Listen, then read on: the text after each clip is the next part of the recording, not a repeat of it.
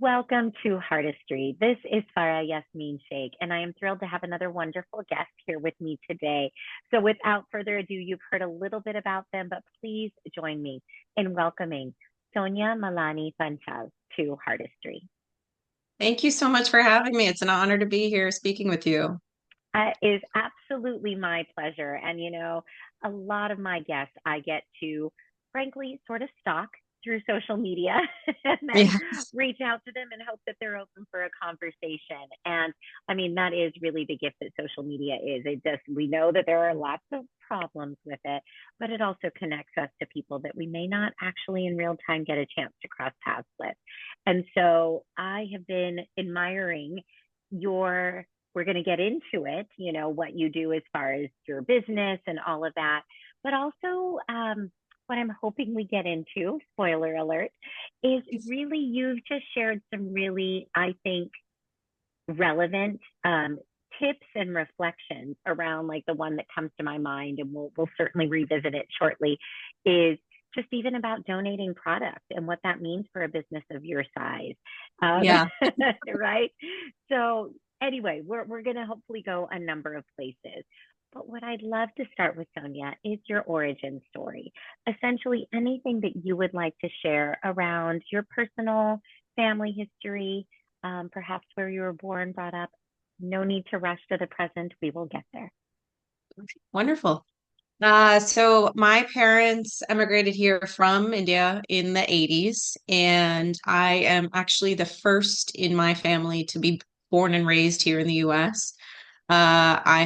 I'm born and bred in New Jersey, still a Jersey girl. Uh, I, went to obviously elementary, middle school, high school here in New Jersey. I even went to Rutgers. I went to college here.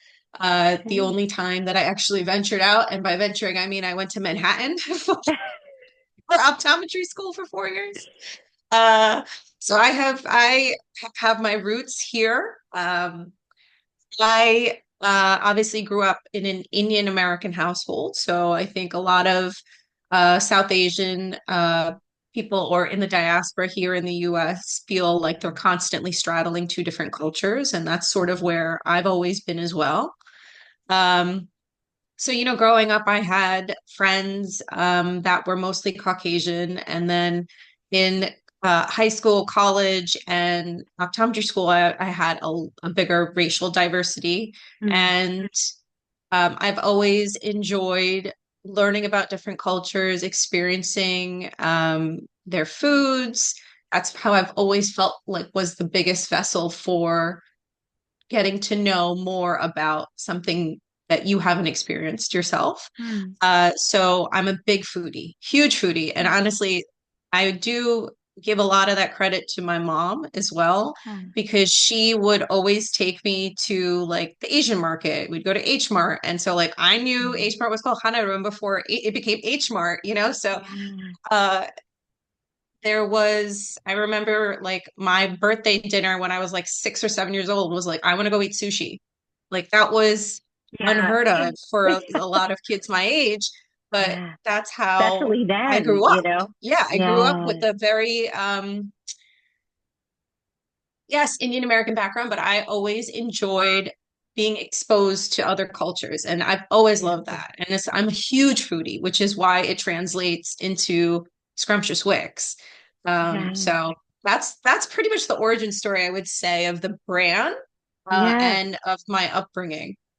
And they are so beautifully intertwined, right? So you almost cannot separate the two, which is Yeah. awesome.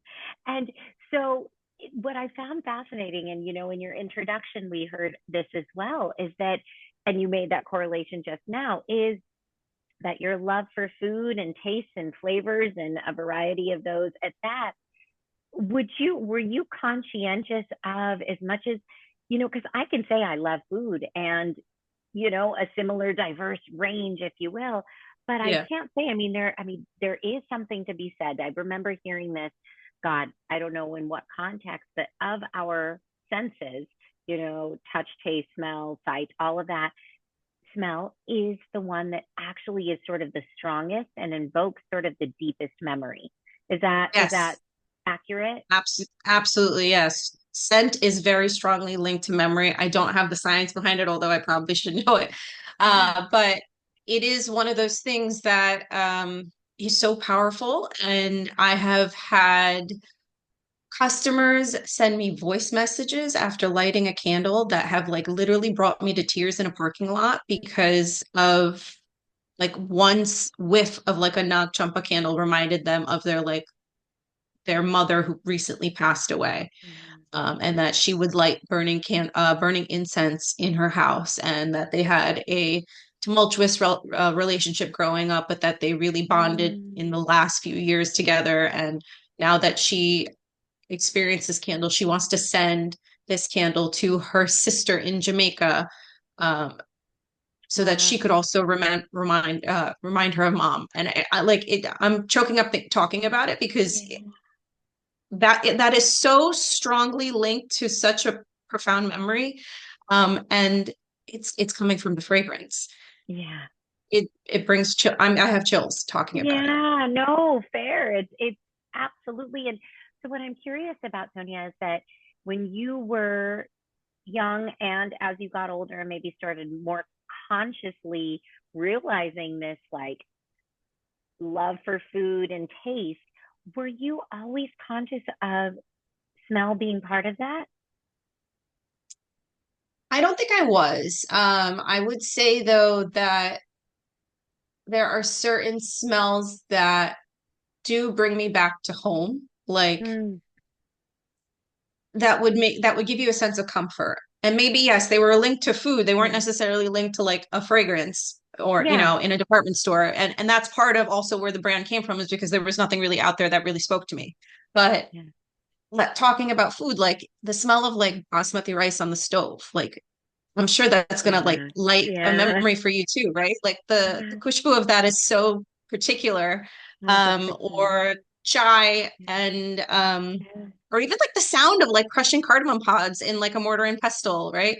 Um, but yeah, the incense stick in particular Mm, is what my parents' mother smells like at home. mm, So when I smell it, I immediately think of home. I think of the temples in India when we visited. I think of my nani, who's now passed, because the mother was always in her room.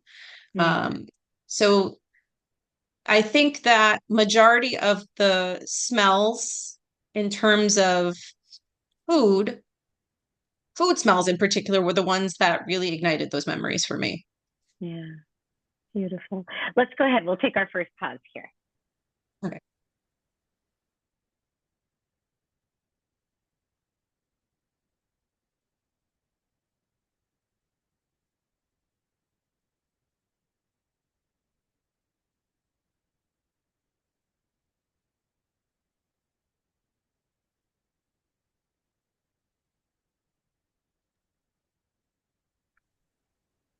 Welcome back to Heartistry. This is Farah Yasmeen Shaikh, and today I am in conversation with Sonya Malani Panchal, who is, yes, and we'll be hearing more about this, the founder of Scrumptious Wicks. And, we're talking about memories really and rooted in this sense of smell. So, again, as we heard about, the inspiration came from your love of food. And so, when was it that conscious moment where you decided to translate that into candle making?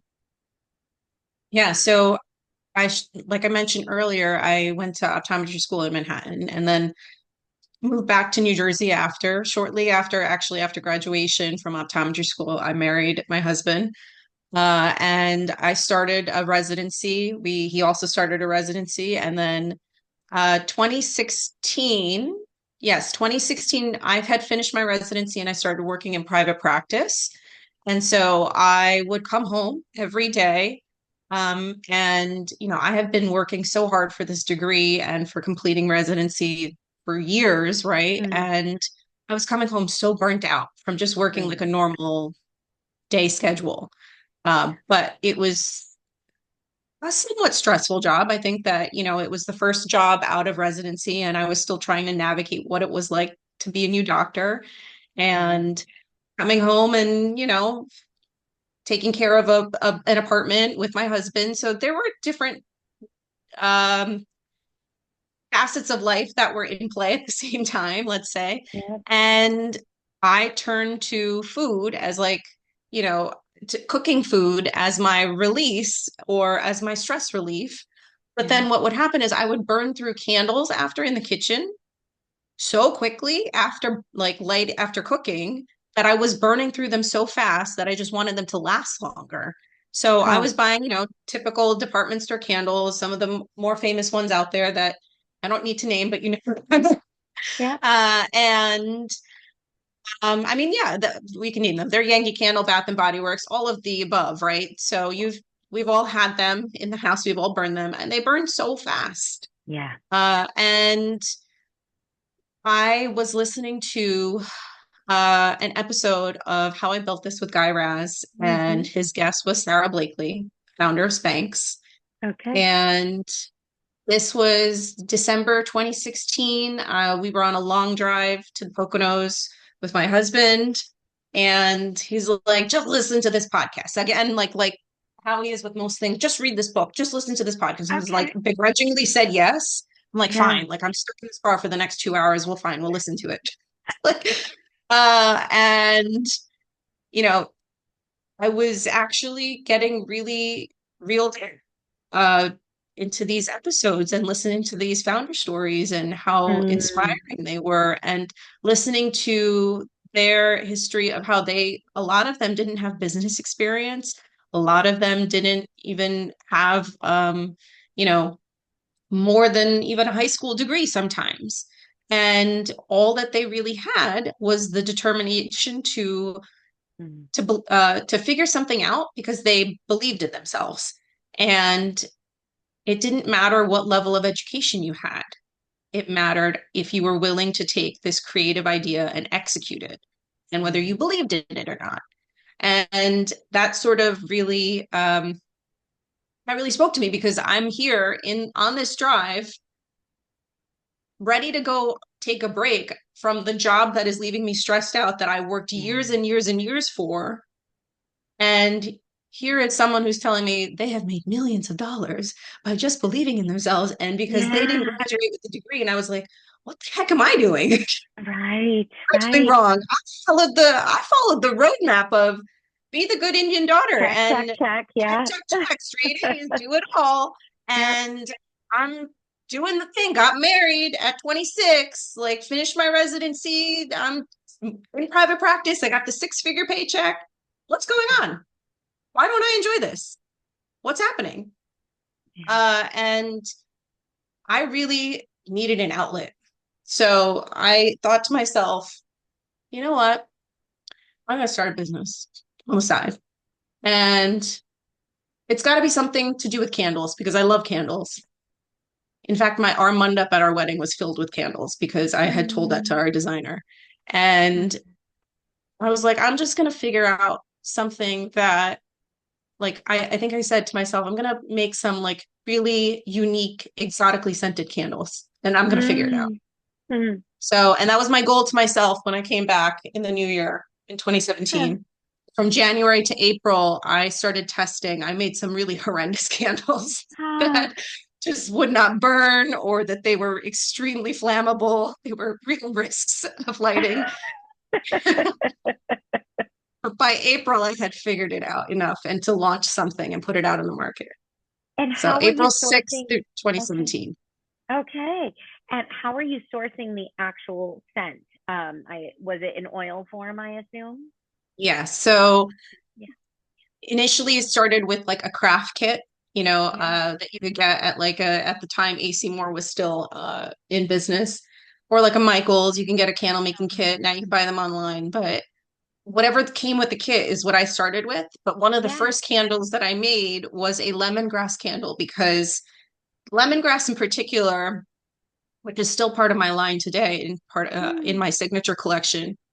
If you've cooked with lemongrass, you know exactly what real lemongrass smells like. And ask any of my college roommates, I was the one that brought a stalk of lemongrass and put Yeah. it in our fridge in college to cut it up and put it in my chai. And they're like, what is this nonsense that you're bringing into college? Like everybody's eating Taco Bell and I'm bringing in stalks of lemongrass.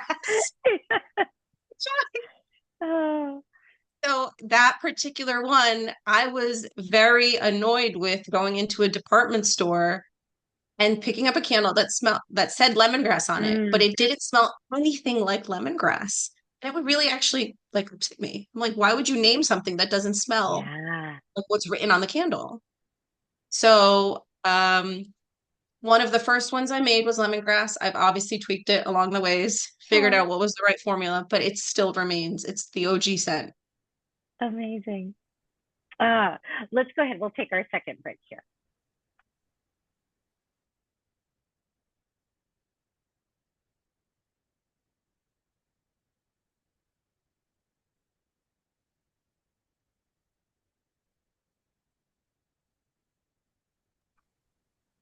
Welcome back to Heartistry. Today we are speaking with Sonya, and we've been hearing about how the candle making began, both the inspiration, the sort of drive, um, listening to how other founders have essentially both followed their passion and been very successful at it.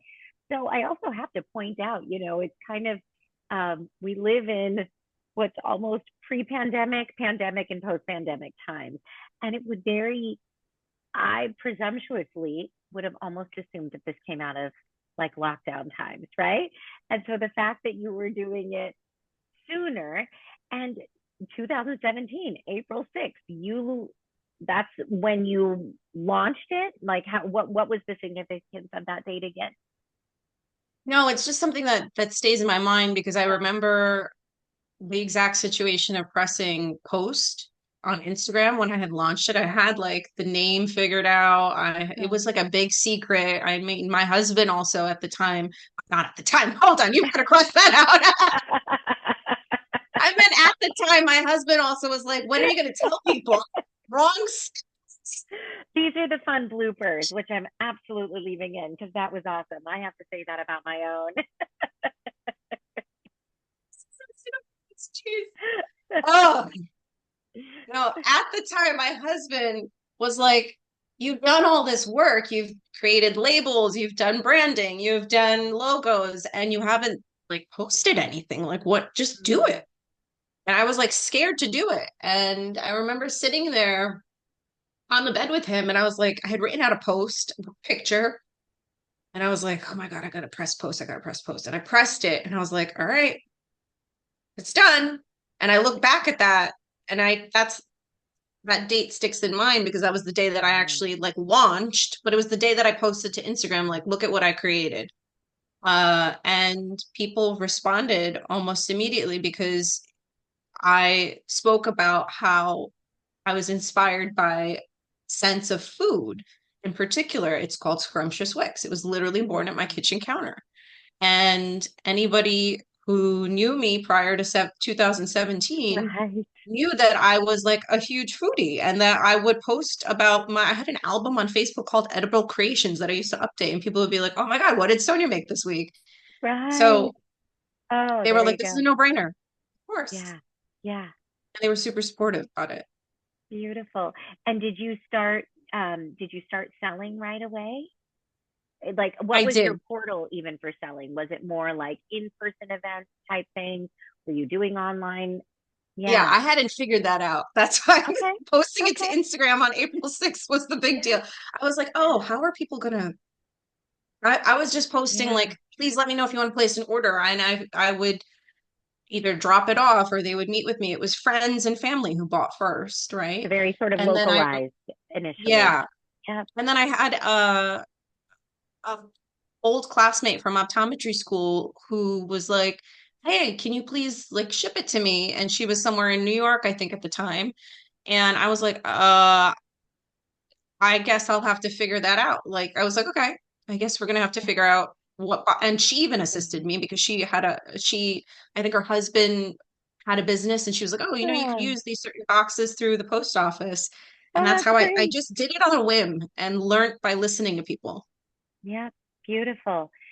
And what was it? Okay, so you're still at this point, you still have your other job. So you're doing this Yeah. on the side.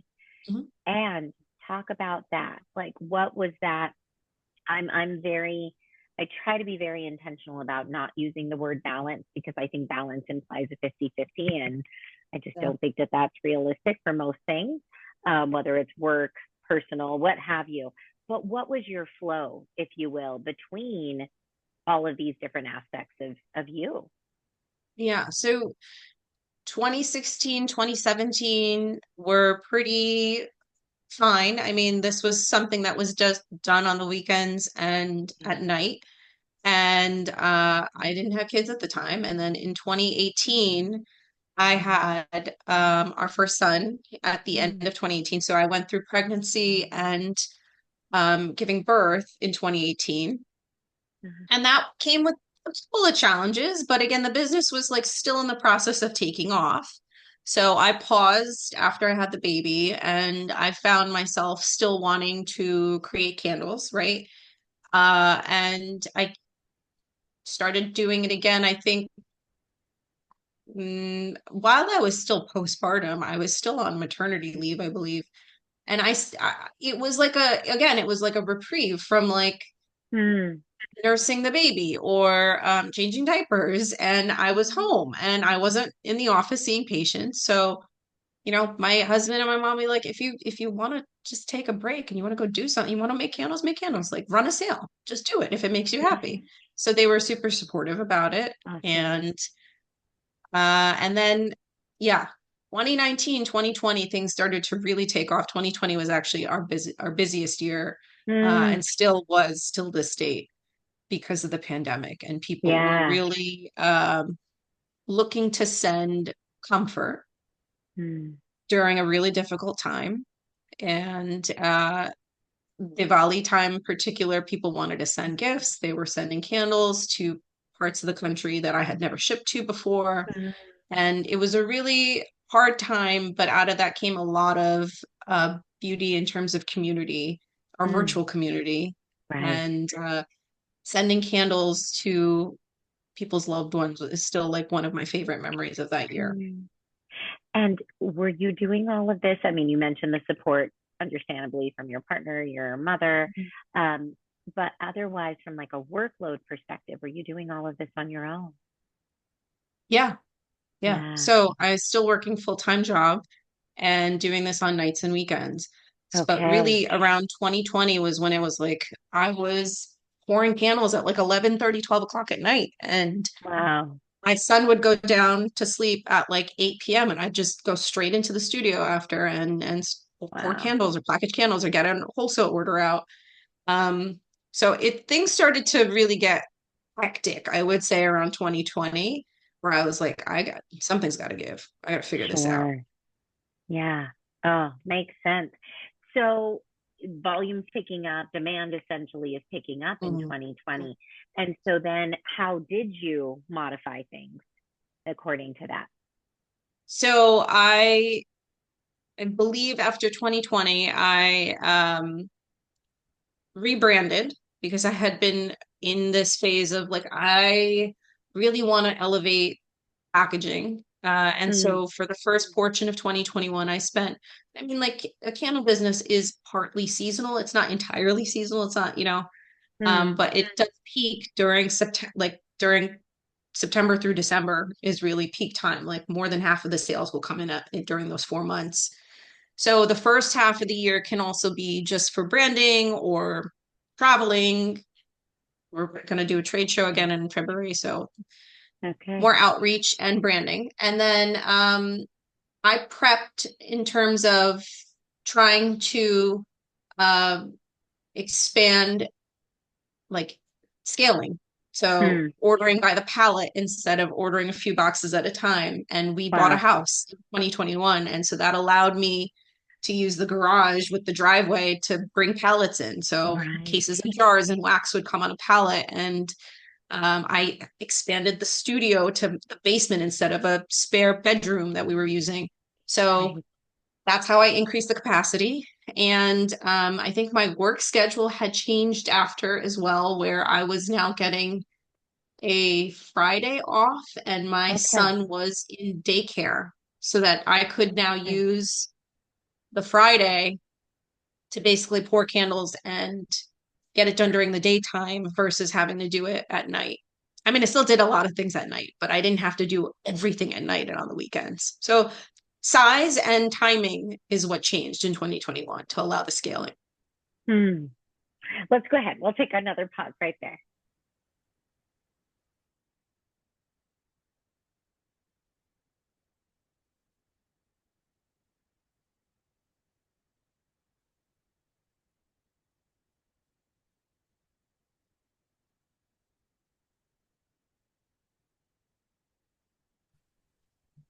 Welcome back to Heartistry. This is Farah.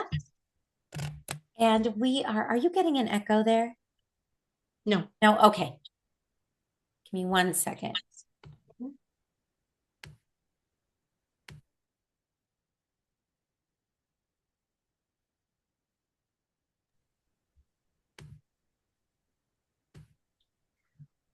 Welcome back to Heartistry. This is Farah, and today we are speaking with Sonya and hearing, again, early years of the company of Scrumptious Wicks, your expansion, to say the least. And again, you're finding like these pockets of time, but it sounds like it had to be pretty structured because those pockets were somewhat limited, right? How I always love to ask entrepreneurs, um, how comfortable were you, right? We often, when you are going into starting something anew on your own, there's usually the intention and the reason you did it, whether it's product driven, whether it's service, whatever it might be. And then there's just like the foundational business elements that one has to have in place.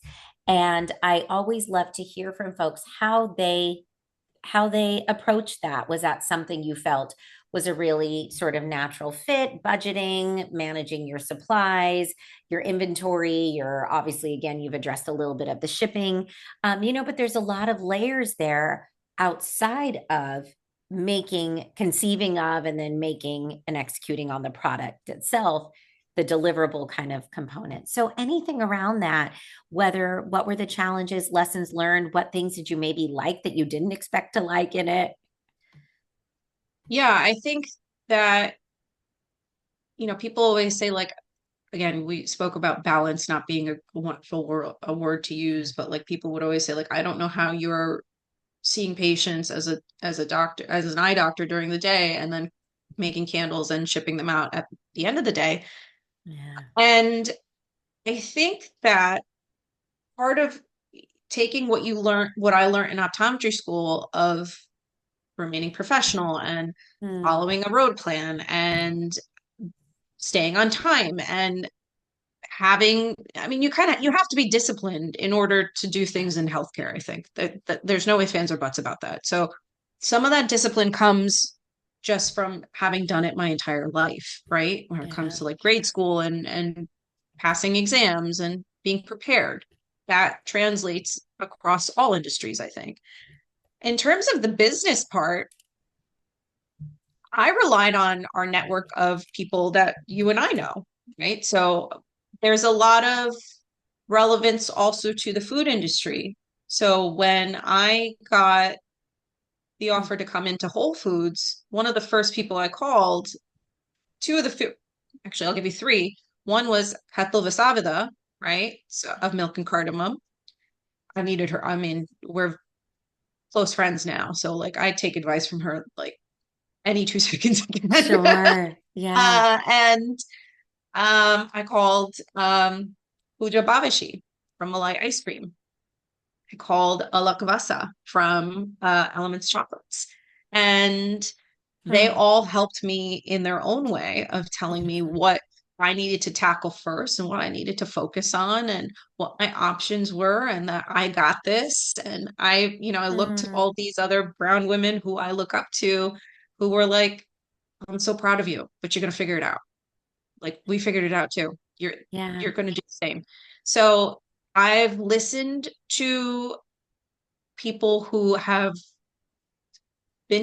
who are still successful. And that's where I got a lot of my roadmap from. I think that's the hard part of entrepreneurship is that you are, in healthcare, everything is set out for you. You have to do X, Y, and Z to get to the next, like you have to pass the assessment to move on to the next Right. grade or year or what have you. You have to pass boards in order to be able to practice.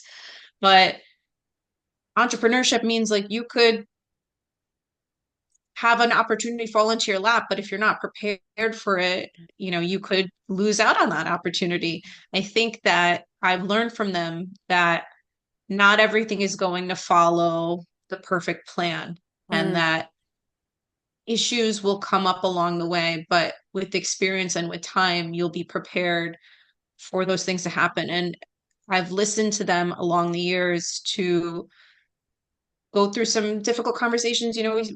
We said we touch on this, but of yeah. feeling when my brand was being taken advantage of. And they Yes. were like one of the first few people that I spoke to Pooja and Hethel like as soon as it happened. Yeah. And I still call those two ladies up in an instant Yeah. if that were to happen again. Yeah. Well, talk more about that. Again, this is recollection of, one of the posts that I saw you share, which again, what I do is more service oriented through the dance, but we get hit up all the Yeah. time, whether it's for me or for our company. Oh, it's a fundraiser. Can you do this for free? Can you, and it's like, hey, I want to donate and support just as much as the next person, but Right. this is also my livelihood. And Yeah. sadly, as an artist, I'm not dripping in excess here, Yeah. No, So, it's true. it's so whatever the factors are. So how do you handle that? Someone calls you up, hey, we're having, whether it's a fundraiser, whatever it is, describe a scenario, a hypothetical, or however much detail you want to give, and how you've responded to it. Well, I think that in the beginning years, let's say 2017 to 2020, these opportunities would come up and I'd be like, oh yeah, let's do it because it was exposure. Yeah. But and that might be like, hey, would you like to donate 30 candles to swag bags for this influencer event that we're doing? Wonderful. By all means, yes. And if you're in that stage of your business where getting the name out and being recognizable amongst South Asian community, Yeah. whatever industry that you think or would apply to you or have your potential customer base, yes, do it. Do it. As Right. long as you are not um killing yourself in the process, one, financially or even, personally, Yeah. then do it. If Yeah. you have the capacity to do it, do it. I encourage you to do it. But when you're talking 2024, I've been in business for 7 years and I'm not trying to toot my own horn, but like at the same time, I kind of know what I'm worth. Yeah. If you're going to constantly reach out to me around Diwali time asking for free Mm, stuff, but not support me at any other time of the right. year, and only ask for free stuff and in the name of exposure, sorry, but I'm going to call you out on it. I don't Yeah. need exposure anymore. I need you to Yeah. pay me. I need you to And support me. 100%. And it is absolutely, I believe, yours, ours, anybody's prerogative to decide that even, 7, 8 years in, if you want to at some point say, yes, I do want to donate, and other times no. And the optics may, from the external, look like, Yeah. but hey, we know you gave to them, why aren't you Yeah. doing it for us? And those can be trickier conversations. And I'll share actually Yes, please. an artist I interviewed, gosh, probably in like season 1 or 2. She's a visual artist out of Chicago, and she was telling me that similarly, she gets hit up to donate work for auctions, especially. Mhm. And she said, Farah, I had to, same thing. Initially, yep, that would be great. It's getting my name out there, etc. But then it got to a point where, the price point on these, I could potentially make so much, but now I'm giving them Right. away. So what she does, and I try to be mindful of, is think about over the course of a fiscal year, how much can I, in quotes, afford to donate? Right. Hmm. So then it's a way of saying, and frankly, nobody actually needs to know. So it's a little bit of, I Yeah. can keep it internal, but it's Yeah. also a good back pocket response. Like, look, I've actually capped out at the number of Hmm. donations I can offer. So frankly, it keeps the door open for you when you do want to donate and people Yeah. talk. Well, yes, and they came to me at a time where I was able to. You find your Yeah. push pulls. Um, But I thought that was really good advice. And I think, it's not only what we need, and rightly so, like you said, your worth, what Yeah. we deserve as far as payment for this, that, the other. It is also training others, I believe. We have to, and it's very prevalent in the arts, but I shouldn't assume Yeah. it's not otherwise. But it is very, very like, oh, but you're going to get exposure, Yeah. I'm just like, but that's just not going to cover it. So I I will say that I think that this conversation is one of those things that many people don't like to talk about because they're scared of, stepping on people's toes. And by all means, I understand. No one wants Yeah. to create drama in Yeah. their community. But if you constantly stay quiet about things that are happening to you that are not serving you and you don't call them out, I mean, you're just doing yourself an injustice. So 100%. and when I said that and I posted it, I think I posted it on Threads, and I had people from all different industries coming to Huh. me. Part of I had dancers, I had people in the photography business, people in the food business. I mean, Yeah. man, people in the food business are constantly asked for free stuff Yeah. all the time. There's a cost. Yeah. They have a cost to man the table, to bring the food, to prep the food, to transport it, to keep it Yeah. hot, cold, what have you, everything. Their staff And who are dancers that probably have underpaid anyway, exactly. Yeah. Yeah. And then you have people in the dance community who say things like, oh, but so and so company did it for free for us. Why Yeah. can't you do it for free? Yeah. I mean, like, it's just going to be a race to the bottom if you do that. And if that's what 100%. all you're looking for, are you really there to promote the brand, or are you just looking for something for free? Yeah. Because ultimately, that's what you want. You're not giving exposure, you're looking for something for free. Yeah. And I have a problem with that. I'm sorry, I do. It's please don't say that you're in the name of helping people in the community when all you are looking for is some free product or some free entertainment or what have you. Yeah.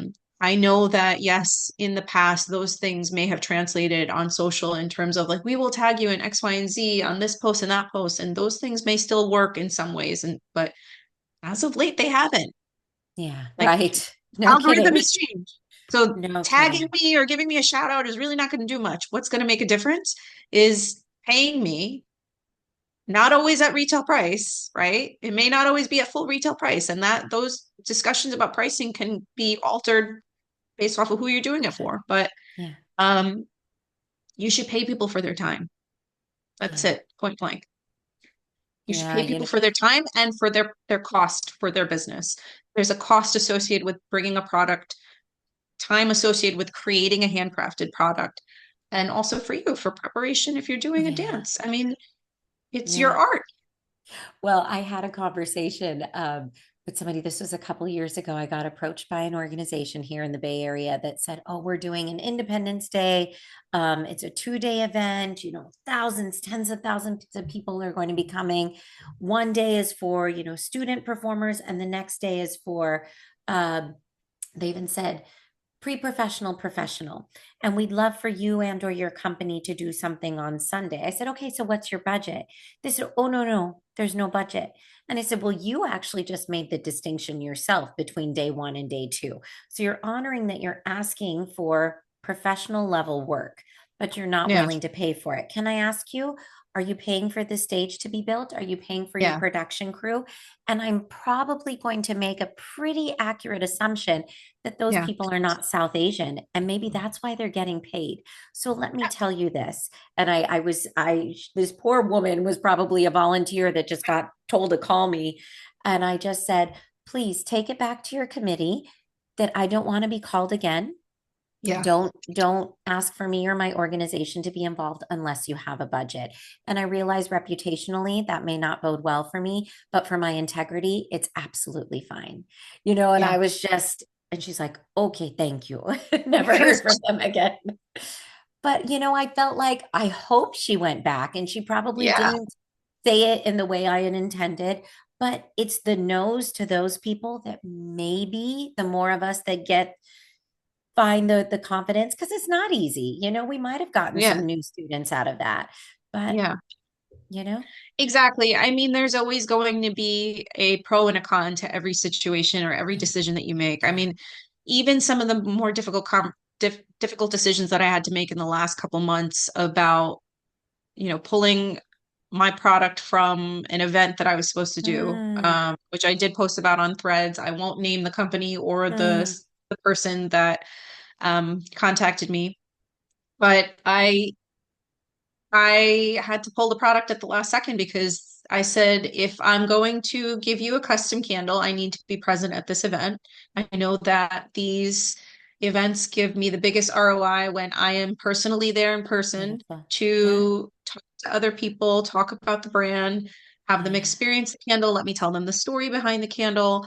And like, I'm not there for free food. I don't care about, I would rather be at home in my pajamas, to be honest. right, But right. if I'm giving product, and I've seen this happen with Pooja from Malai too, if you Mm, are giving product to an event, it really makes a difference when you are standing there telling people like, hey, have you tried our new pistachio yeah, kufi pop versus having an ice cream cart in the corner that someone is using as a glass stand, like, yes, because they don't yes, realize it's an ice cream cart.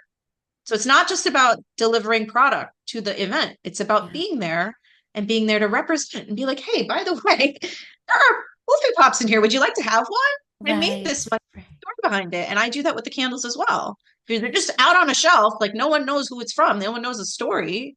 People don't buy products, people buy from people. And that makes a huge difference. And essentially what happened with this event is that they were like, oh, we are so sorry, even though they had agreed in mm, the email that yes, will be there in person. At the last second when I was about to ship it, they were like, oh, I'm so sorry, due to space constrictions, we're no longer allowed to have vendors at the event. I said, well, then you're not getting the candles. yeah, That's it. yeah, I was like 10 days before the event. I was like, sorry, you can figure it out. good. You can tell the celebrity chef that I'm not doing it anymore. And that celebrity chef actually ended up reaching out to me and personally and was like, you did the right thing. Beautiful. So There you don't go. let anybody underestimate your worth. It's not, it's not worth your time. Mm. Let's take a pause there. We got to hold on that.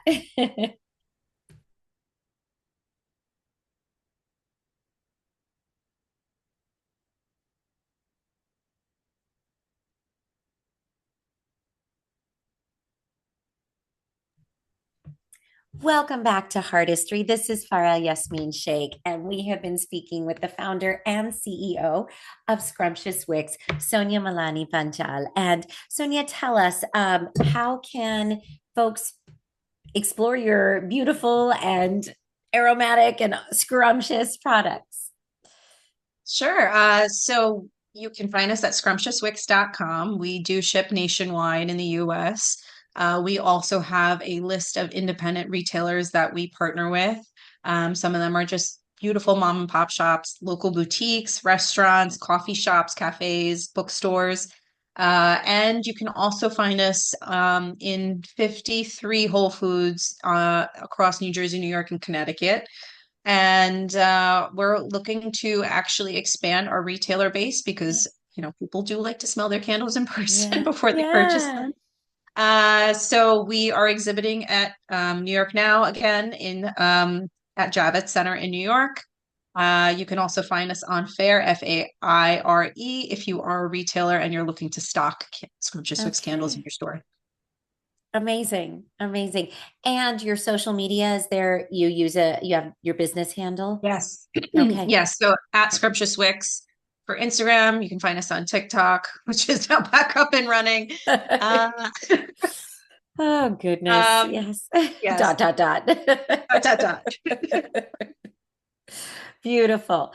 Well, one of the last things I always love to ask my guests is really just around this concept of artistry. For me, yes, it's the word heart and artistry put together. And for me, I do speak to a lot of artists and creatives through this platform. I certainly love to broaden the genres of art and really even beyond what might be considered the creator space. Speaking with folks in tech, you name it. But there's just always sort of a thread to me of being drawn to people that I identify as bringing a passion, compassion, and commitment to whatever they're doing.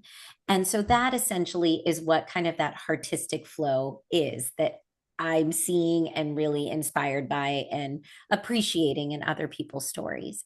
But I always love to know from my guests, whether it's now as I'm speaking about it or when I first reached out to you and you saw this word, artistry, what, if anything, it invokes for you?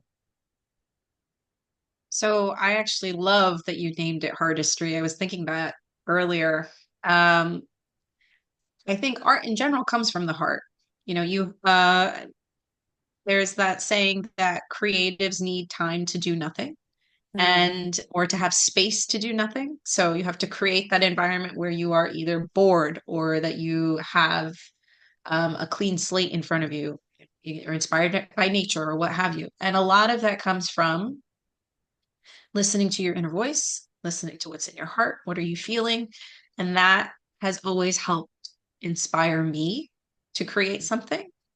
Like we spoke about food memories, they come from the heart, obviously from your mind as well, but what emotion that brings to you. And I love that you named it Heartistry for that reason, because your artistry has to come from the heart. yeah. Yeah. Well, clearly that is the case with what you're doing and the way you've sort of, it's been this really, maybe no pun and yes, total pun intended, like guiding light for you, Yeah. and then it's really just lovely. And I'm just so glad I got the chance to learn more about your journey. And as as already interested as I was, I know I'm going to be that much more vested in all the things that Thank you you. share. And I have to get my hands and my Mhm. everything on some of those amazing candles. Oh, yes, I've heard absolutely. some beautiful, beautiful Absolutely. things. So, yeah, well, thank you for what you're doing, what you are exemplifying in what you're doing, not just the what, but the how. And thank you for your time today on Thank Heartistry. you so much. Thank you so much, Farah.